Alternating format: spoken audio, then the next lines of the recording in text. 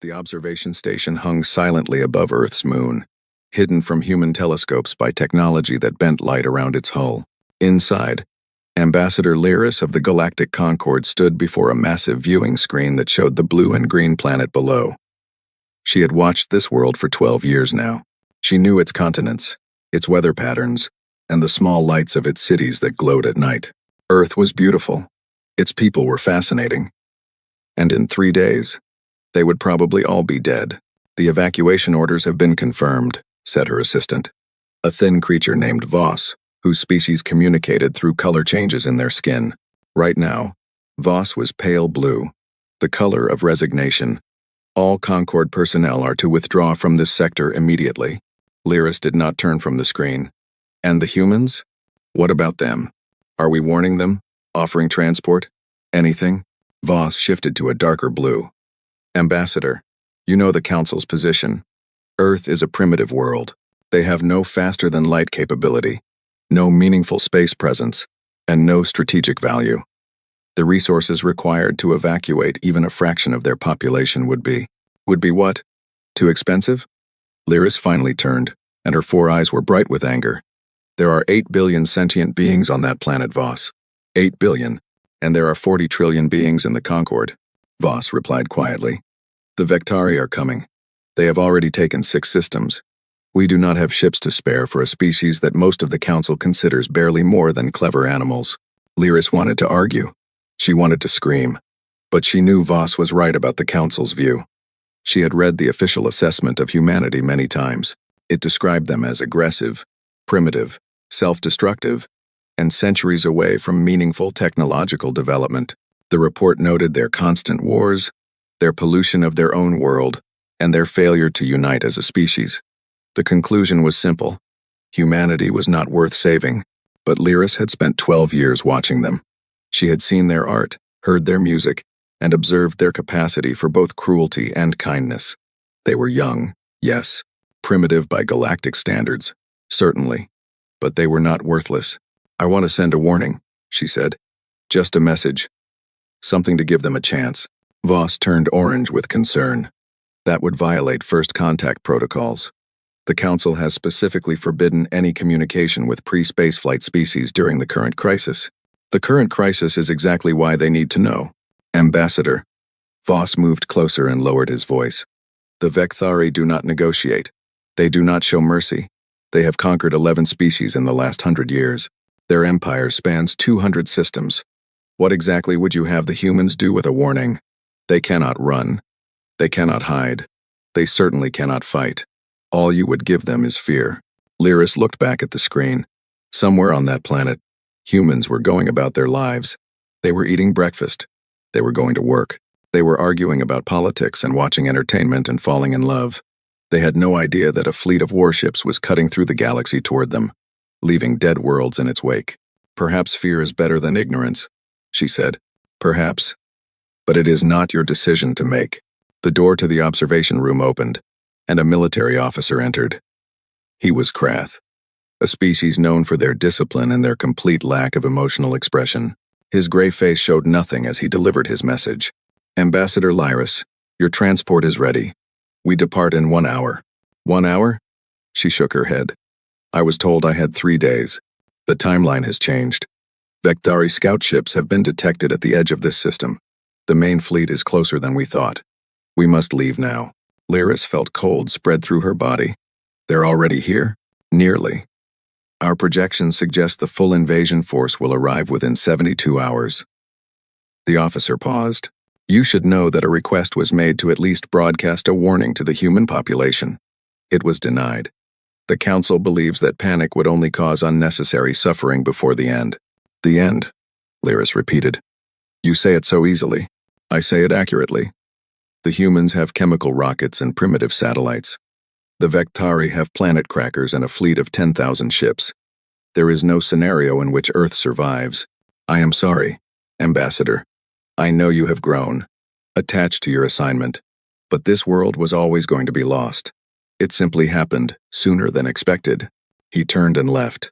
Voss followed. After a moment of hesitation, Lyris remained alone in the observation room, staring at the planet that had become her home. She thought about sending the warning anyway. She could do it. The equipment was right there. One message, one broadcast on frequencies the humans monitored. She could tell them everything. The Vectori were coming. The galaxy had abandoned them. They should prepare for what? The officer was right. What could the humans possibly do? They had no weapons that could scratch a Vectori ship. They had no shields, no FTL drives, no experience with space warfare. A warning would only cause chaos. Governments would collapse. People would riot. Millions would die in the panic before the Vectori even arrived. Perhaps ignorance truly was kinder. Lyris placed her hand against the screen, as if she could somehow touch the world below. "I'm sorry," she whispered. "I'm so sorry." Then she turned and walked away. On Earth, life continued as normal. In New York, people complained about traffic. In Tokyo, students prepared for exams. In London, rain fell on ancient streets. In Cairo, merchants sold their goods in crowded markets. Nowhere did anyone look up at the sky and feel afraid. But in certain places, in buildings that did not appear on any map, people who did not officially exist were watching screens of their own. Deep beneath the Rocky Mountains, in a facility that had been carved from solid granite 60 years ago, General Marcus Stone studied the same data that had made the Concorde decide to flee. "Confirmed," said the technician beside him. "Multiple signatures at the edge of the solar system. Configuration matches what we've seen in the intercepted communications. It's a Vectori scout force." Stone was 73 years old. He had white hair, a face like weathered leather, and eyes that had seen things no human was supposed to see. He had been recruited into this program when he was 30, just a young officer who happened to be in the wrong place at the wrong time, or perhaps the right place at the right time, depending on how you looked at it. "How long until the main fleet arrives?" he asked. "Based on their standard approach patterns, approximately 72 hours. Stone nodded slowly. "And the Concorde station?" "Preparing to leave. They're abandoning the system." "Of course they are." Stone allowed himself a small, cold smile. "They've been watching us for 300 years. They think they know everything about us. They think we're primitives who are too stupid to notice their observation posts, too backward to intercept their communications, too primitive to understand what we were hearing." He turned to face the room. It was filled with screens and equipment that looked nothing like anything publicly available on Earth. Some of it was human-made. Some of it was reverse-engineered from technology that had crashed in the New Mexico desert in 1954. All of it was secret. "Ladies and gentlemen," Stone said, "we've been preparing for this day for 70 years. We've built ships the galaxy doesn't know exist. We've developed weapons they can't imagine. We've trained for a war we hoped would never come." He paused. "It's here now. The Vectori think they're coming to conquer a primitive world. They think this will be easy." He looked at the screens showing Earth, the same view that Ambassador Lyris had studied moments before. "They're wrong. Around the world, in facilities hidden beneath oceans and mountains and deserts, lights began to turn on. Systems that had been dormant for decades hummed to life. Ships that had never flown began their startup sequences. And in the depths of the Pacific Ocean, in a shipyard larger than most cities, the pride of humanity's secret fleet opened its eyes for the first time. The Vectori were coming. They had no idea what was waiting for them. The Vectori advance fleet emerged from faster-than-light travel just beyond the orbit of Neptune. Commander Zorath stood on the bridge of his flagship, the Eternal Conquest, and watched the tactical display populate with information about the system ahead. "Report," he ordered. His tactical officer responded immediately. 9 planets, 1 habitable world, 3rd from the star. Population approximately 8 billion. Technology level is pre-space flight. They have primitive satellites, chemical propulsion, and basic nuclear capability. No threat assessment. Zorath made a sound of satisfaction. His species was reptilian, with scales the color of dried blood and eyes that gleamed yellow in the dim bridge lighting. He had conquered 37 worlds in his career. This one would be 38. The Concorde observation station departed 12 hours ago. "The system is abandoned." "Cowards," Zorath said. "They run from us like prey animals. But running only delays the inevitable." He settled into his command chair. "Begin approach. Standard intimidation protocol. I want to be in orbit around their primary world within 6 hours." The fleet moved forward. 20 ships in total, each one bristling with weapons that could level cities. It was a small force by Vectori standards, but more than enough for a primitive species with no real defenses. As they passed the outer planets, Zorath reviewed the intelligence reports on humanity. They were an interesting species, he supposed. Aggressive for their development level, constantly fighting among themselves. The analysts believed they would have destroyed themselves within a few centuries anyway, making the Vekthari invasion something of a mercy. The reports also noted that humans were unusually creative. They had developed nuclear weapons within decades of discovering atomic theory. They had reached their moon using technology that was barely above the level of controlled explosions. There was a footnote suggesting they should be watched carefully, given time. Zorath dismissed this concern. Creativity meant nothing without the power to act on it. The humans might be clever, but cleverness did not stop plasma cannons. 6 hours later, the Eternal Conquest achieved orbit above Earth. The planet filled the main view screen, blue and green and swirled with white clouds. Zorath thought it was quite beautiful. Actually, it would make an excellent addition to the Empire. Open a channel, he ordered. All frequencies. I want every creature on that planet to hear this. The communications officer worked his controls. Channel open, Commander.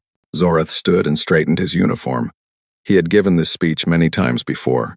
The words never changed, because the outcome never changed. Attention, inhabitants of this world. I am Commander Zorath of the Vekthari Dominion. Your planet has been selected for integration into our empire.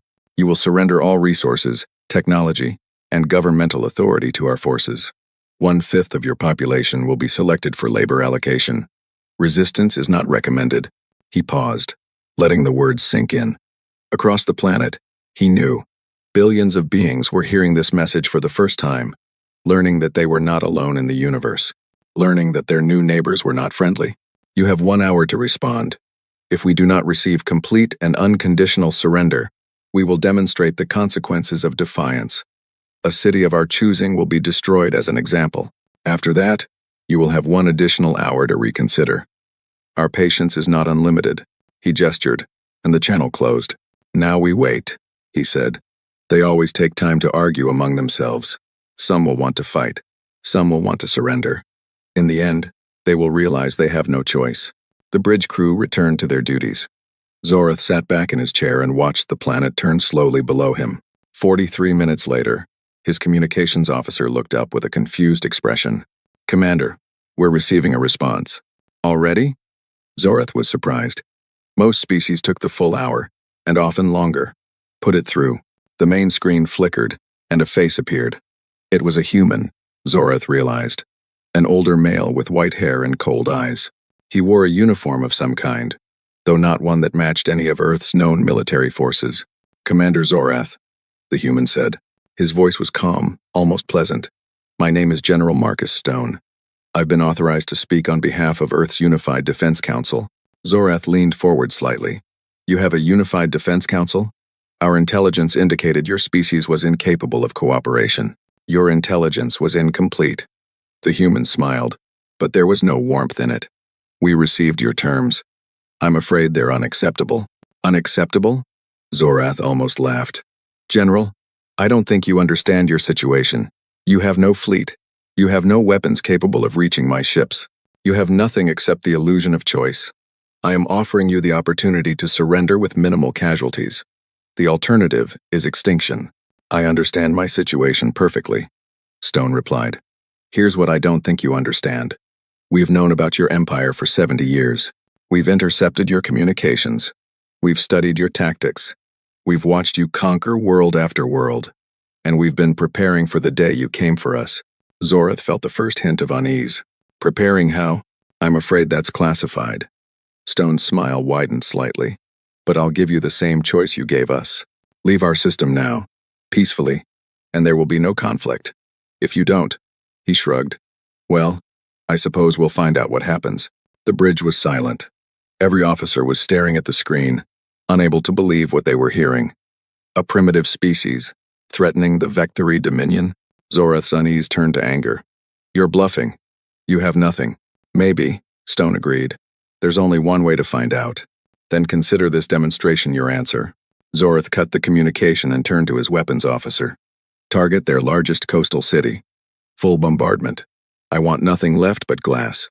Targeting New York City, Commander. Firing solution locked. Fire. The Eternal Conquest's main cannon powered up. It was a weapon designed to crack planetary crusts, to turn continents into wastelands. Against an unshielded city, it would be instant annihilation. The beam launched, and then, impossibly, it stopped. Zorath shot to his feet. What happened? I don't understand, Commander. The weapons officer was checking and rechecking his instruments. The beam was intercepted. Something caught it in the upper atmosphere and absorbed it. That's impossible. Nothing on this planet could. Commander. The tactical officer's voice was sharp with alarm. New contacts emerging. Multiple signatures. Coming from everywhere. The tactical display exploded with information. Ships were appearing around Earth, rising from the oceans, launching from hidden bases on every continent, emerging from behind the moon. Dozens of them, then hundreds. They were not large by Vectari standards, but their energy signatures were unlike anything Zorath had ever seen, and they moved fast, so fast that his tracking systems could barely follow them. Commander, we're being targeted by over 300 vessels. Energy buildup detected. They're preparing to fire. Zorath stared at the display, unable to process what he was seeing. This was supposed to be a primitive world. These ships shouldn't exist. This technology shouldn't exist. All ships defensive formation. Raise shields. Prepare to. The first salvo hit before he could finish the order. The weapons that struck the Vectari fleet were not plasma cannons or nuclear missiles. They were something else entirely.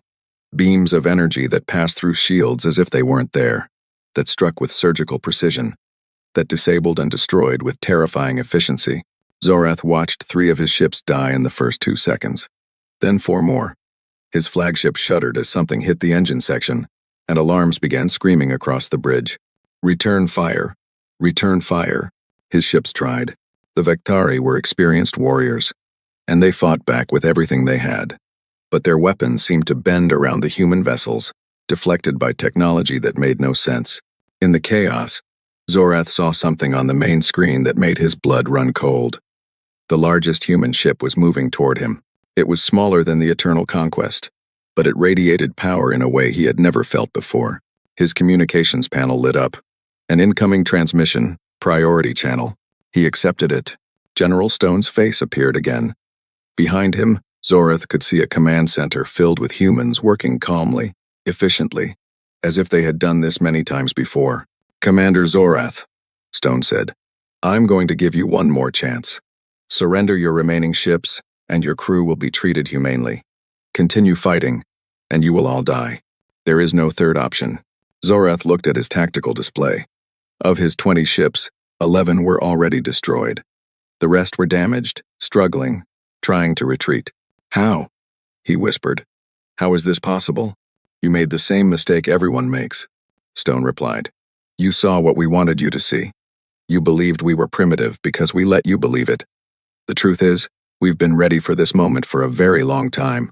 Zorath's flagship shuddered again. Hull breach warnings flashed across multiple decks.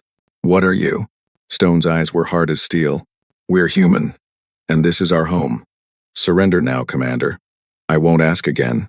11 minutes after the first shot was fired, the Vectari advance fleet was completely destroyed. 6 ships had surrendered. The rest were debris, scattered across Earth's orbit like broken toys. On the planet below, billions of humans looked up at the sky and saw flashes of light they couldn't explain. Their governments would have a lot of explaining to do in the coming hours. Secrets that had been kept for decades would finally be revealed. But for now, in the hidden command center beneath the Rocky Mountains, General Stone allowed himself a moment of satisfaction. They had won the first battle. The war, he knew, was just beginning. The world learned the truth in stages. First came the official announcement. Every television station, every radio frequency, every internet connection carried the same message.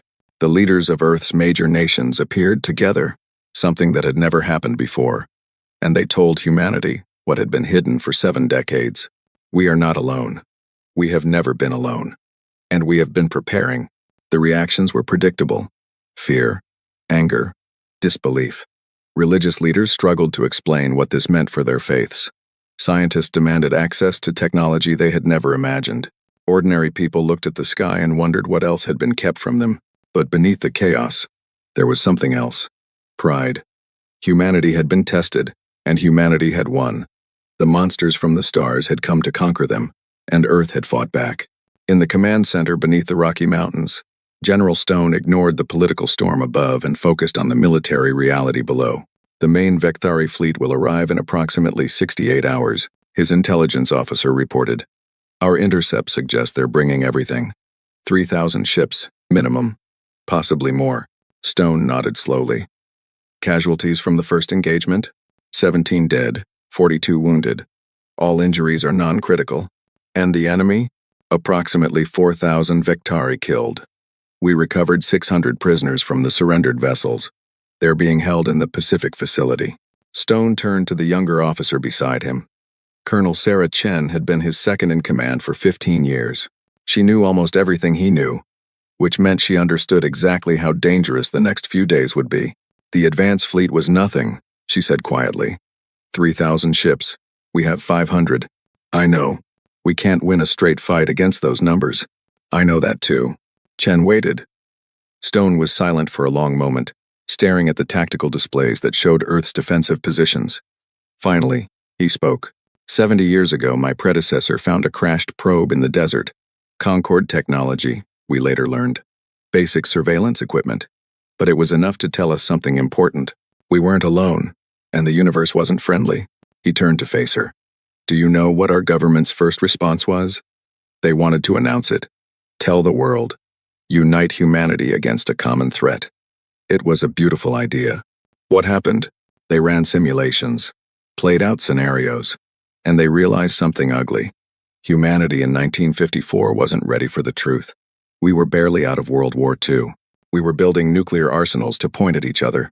If we'd told the world about aliens, half the planet would have panicked, and the other half would have tried to figure out how to weaponize the information against their rivals. Stone walked to a display showing Earth from orbit. So they made a different choice. Keep it secret. Use the technology to advance quietly. Watch and learn. And above all, make sure that when the day came, we would be ready. The Shadow Program. That's what they called it, yes. Every major government eventually learned the truth.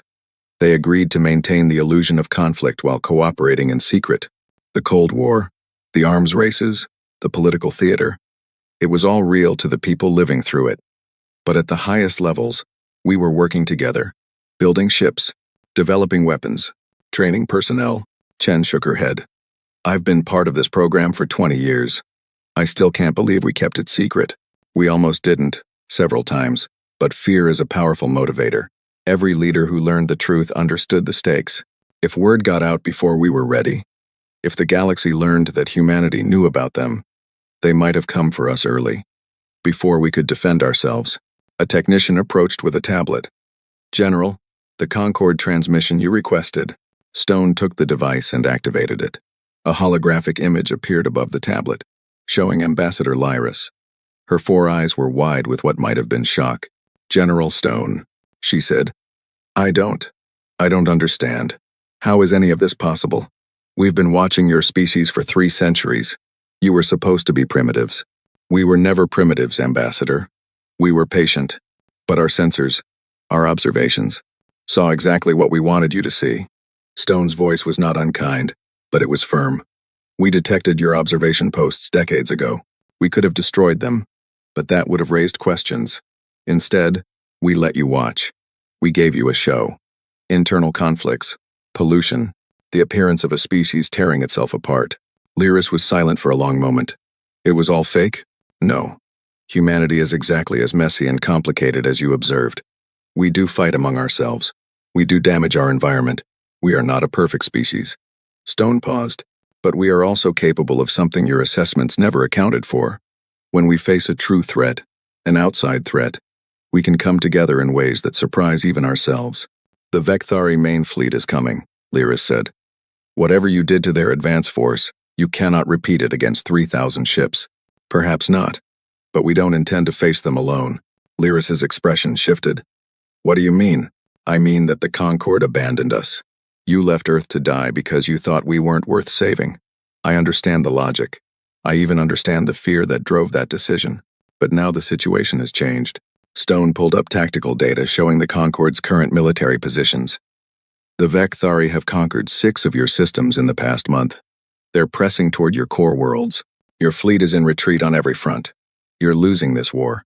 We're managing the situation, Lyris said stiffly. No, Ambassador. You're losing, and everyone knows it. But here's the interesting part. Stone leaned forward. Humanity just demonstrated that we can fight the Vecthari. We can hurt them. We have weapons they don't understand and tactics they can't predict. For the first time in 50 years, someone has made the Vecthari bleed. He let that sink in. We're willing to share that advantage. We're willing to join the war. Not just to defend Earth, but to help the Concord push the Vectari back. All we ask in return is recognition. A seat at the table, and a promise that Earth will never be abandoned again. Lyris was quiet for a very long time. Stone could see her processing, calculating, weighing the impossible thing he was offering. You would help us, she said slowly.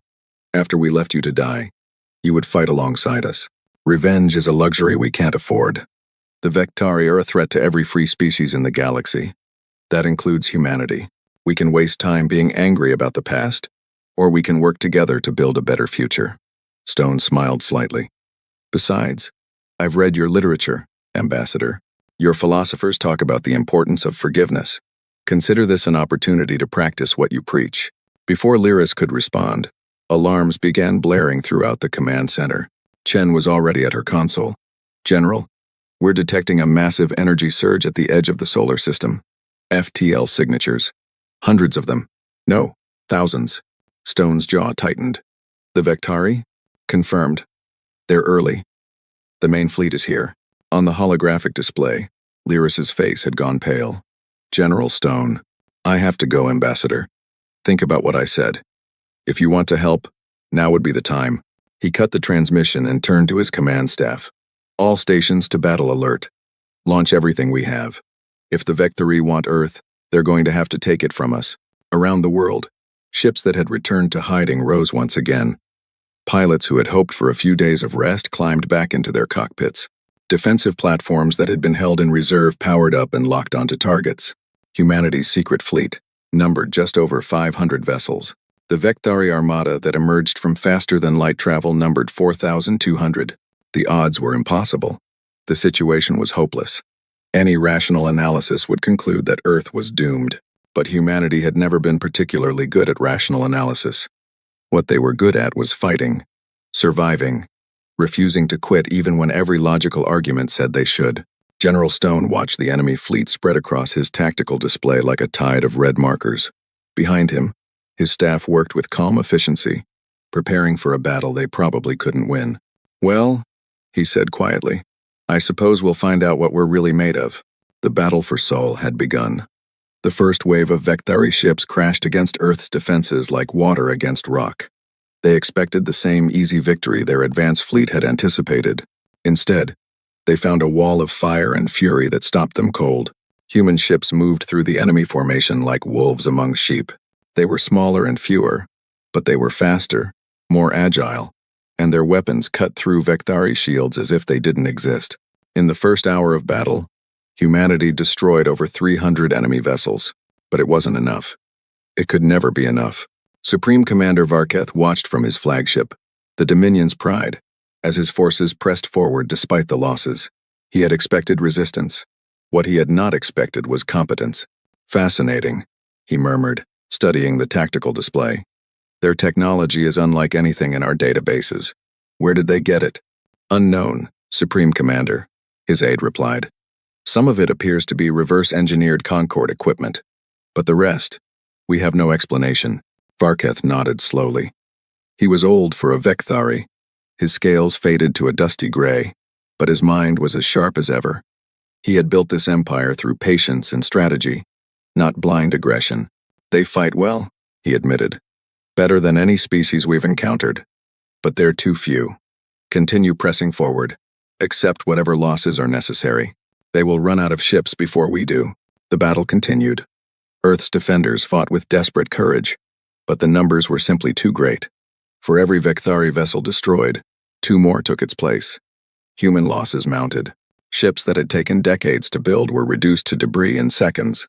In the command center, General Stone watched the tide turning against them. We've lost 112 ships, Chen reported. The Vectari have lost nearly 800. But they're not slowing down.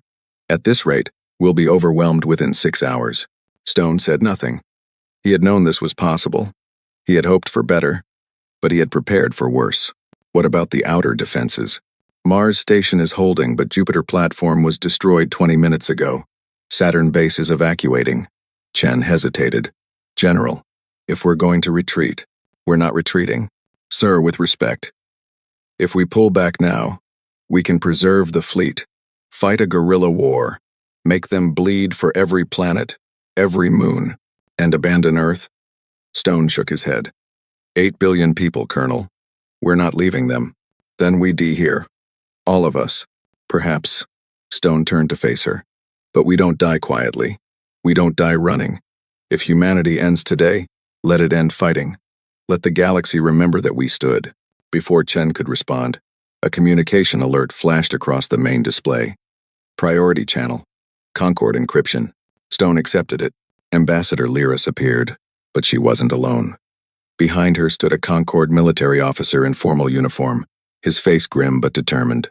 General Stone, Lyris said, I've spoken with the Concord Council. Your proposal has been accepted. Stone felt something loosen in his chest. Accepted? The Concord Defense Fleet is on its way. 2,000 ships, everything we could spare from the front lines. They'll arrive in approximately 4 hours. The command center went silent. Every officer stopped what they were doing and stared at the screen. You're coming to help us, Stone said slowly. You were right, General. We left you to die because we thought you were weak. We were wrong. What you've accomplished here, what your species has built in secret, it changes everything. If humanity can fight the Vecthari, if we can fight them together. Lyris paused. Perhaps this is a war we can actually win. The military officer beside her stepped forward. I am Admiral Kress of the Concord Combined Fleet. General Stone, my ships will be at your command when they arrive. What do you need us to do? Stone turned to his tactical display. The Vecthari were still advancing, still grinding down Earth's defenses through sheer numbers. 4 hours was a long time, but it wasn't forever. Admiral Kress, here's the situation. We can hold for another few hours, but barely. When you arrive, I need you to hit their right flank. Hard. They've been focusing their strength on our center, trying to punch through to Earth. If you threaten their flanks, they'll have to divert forces to respond. Understood. And your forces? Stone smiled grimly. We'll keep doing what we've been doing, bleeding them, hurting them, reminding them that humanity doesn't give up. The next 4 hours were the longest of Marcus Stone's life. Human ships fought with everything they had. Pilots flew until their fuel ran out, then rammed their vessels into enemy cruisers. Ground-based defense platforms fired until their barrels melted. Civilian ships, hastily armed and crewed by volunteers, threw themselves into the battle to buy a few more minutes of time. The Vecthari kept coming. They lost ship after ship, thousands of warriors dead. But they kept coming. Supreme Commander Varketh had committed to this victory, and he would not be denied. By the time the Concord fleet emerged from FTL travel, Earth's defensive force had been reduced to less than 200 ships. Half of humanity's secret fleet, the product of 70 years of work, was gone. But Earth still stood. Admiral Kress struck the Vecthari right flank exactly as planned.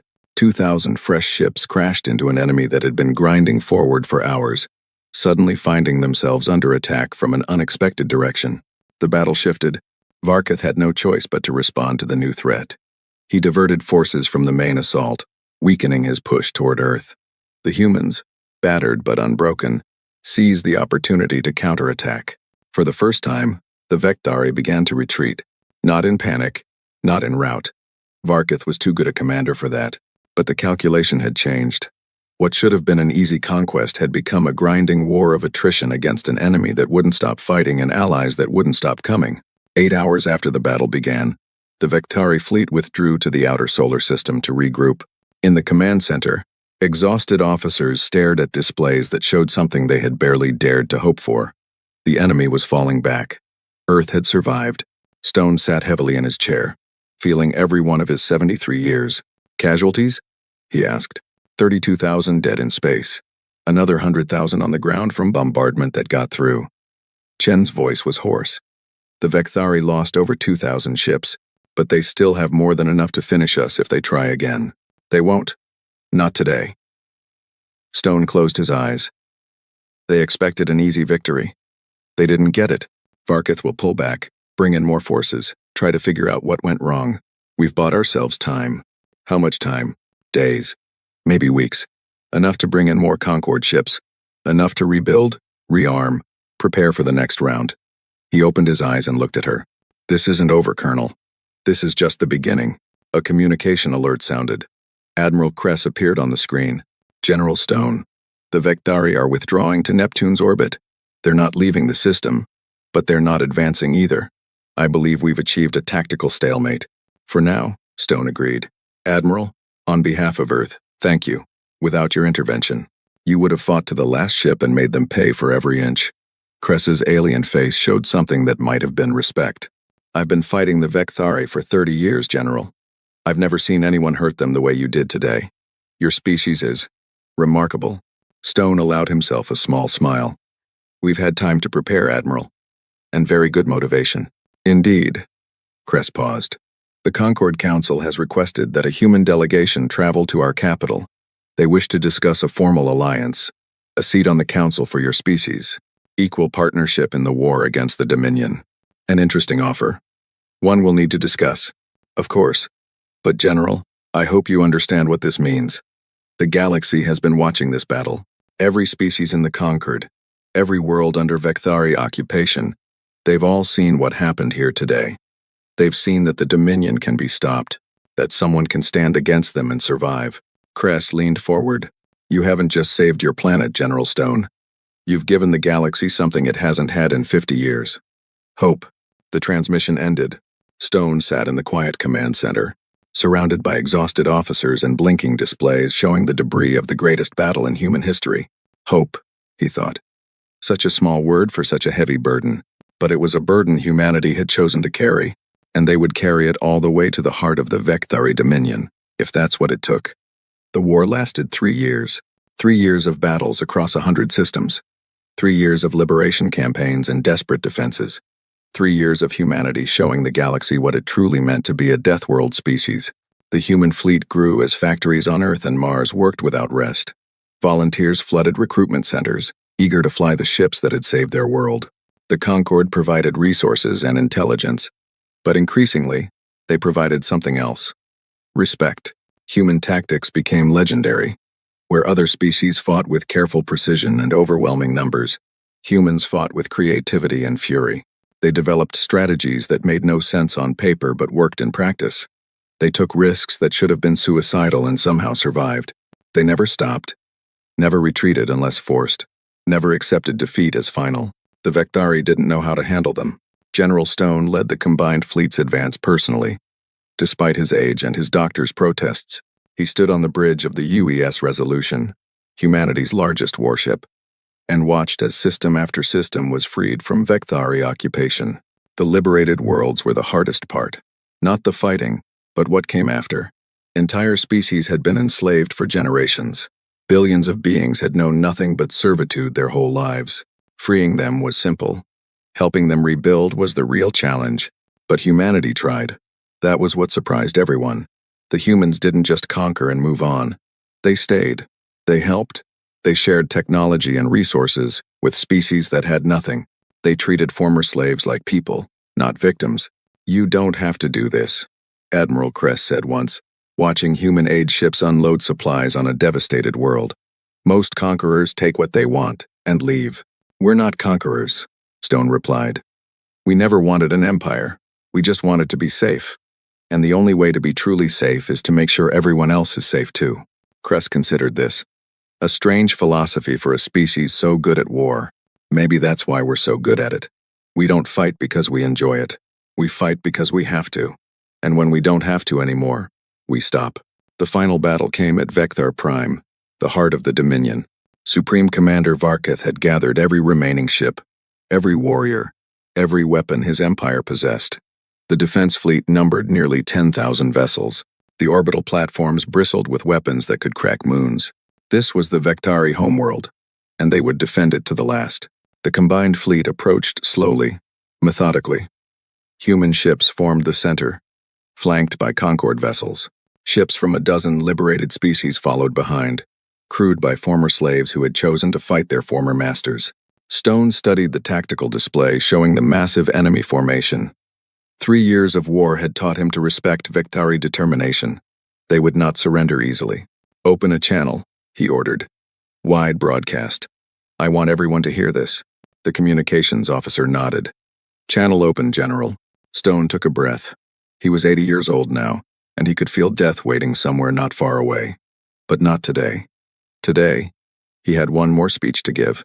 "Supreme Commander Varketh, this is General Marcus Stone of the Combined Fleet. Your empire is finished. Your conquered worlds are free. Your fleets are destroyed. You have nothing left except the choice of how this ends." He paused, letting the words cross the void between them. "I'm offering you terms. Surrender your military forces and accept responsibility for your crimes. In exchange, your homeworld will be spared. Your people will be allowed to rebuild as a member of the galactic community, not as rulers, but as equals." Static. Then Varketh's voice. Tired but still proud. "You expect me to surrender? After everything? I expect you to make a choice, Supreme Commander. The same choice every tyrant eventually faces. You can fight to the end and watch your people die. Or you can accept that your empire was wrong, that conquest is not the path forward, and give your species a chance at something better. Something better." Varketh's laugh was bitter. "We ruled 200 worlds. We were the greatest power in the galaxy. And you want me to surrender to primitives?" Stone smiled slightly. "We were never primitives, Commander. We were just patient. And perhaps that's a lesson worth learning. Strength isn't measured by how many worlds you can take. It's measured by what you choose to do when you have the power to take them." Pretty words from someone about to slaughter my people. I don't want to slaughter anyone. I never did. 3 years ago, your advance fleet came to Earth. They expected an easy conquest. Instead, they found a species that had been preparing for war while hoping for peace. We built weapons because we had to. We learned to fight because we had no choice. But fighting was never the goal. Stone leaned forward. "I'm giving you a chance, Varketh. Take it. Choose peace. Choose your people's future over your empire's pride. Because if you don't, if you force this battle, we will destroy every ship you have, and then we'll still spare your homeworld. Because that's who we are. That's what humanity does." The silence stretched for a long moment. Then, slowly, the Vektari defensive fleet began to power down their weapons. The surrender negotiations lasted 2 days. Varketh agreed to full disarmament. War criminals would face trial. Conquered species would receive reparations. The Vektari Dominion, the empire that had terrorized the galaxy for a century, was officially dissolved. The announcement was broadcast across every civilized world. Billions of beings who had lived in fear their entire lives learned that it was finally over. The celebrations lasted for weeks. In the aftermath, the Concord Council invited humanity to take its place among them, not as junior members, not as probationary participants, but as full equals. Some council members objected. Humanity was still young, still aggressive, still unpredictable, but the majority agreed. A species that had shown such strength and such mercy deserved a voice in shaping the future. The human ambassador who addressed the council was not General Stone. His health had finally failed after the war, and he spent his remaining months on Earth, watching the sun rise from his family's ranch in Montana. But his words were read into the record by his successor, Colonel Sarah Chen. 300 years ago, the Concord looked at Earth and saw a primitive world. They saw a species that fought among itself, that damaged its own environment, that couldn't seem to stop making terrible mistakes. And they weren't wrong. We were all of those things. In many ways, we still are. Chen paused, looking around the chamber at representatives from 100 different species. But you missed something important. You saw our weaknesses without understanding our strengths. You saw our conflicts without recognizing our resilience. You thought our violence made us dangerous, without realizing that the same capacity for violence, properly directed, could also make us protectors. Humanity spent 70 years preparing for a war we hoped would never come. We built ships and weapons in secret, not because we wanted to conquer, but because we wanted to survive. When the Vektari came, we fought. When you offered alliance, we accepted. When we won, we chose mercy. She straightened. That is who we are. Flawed, yes.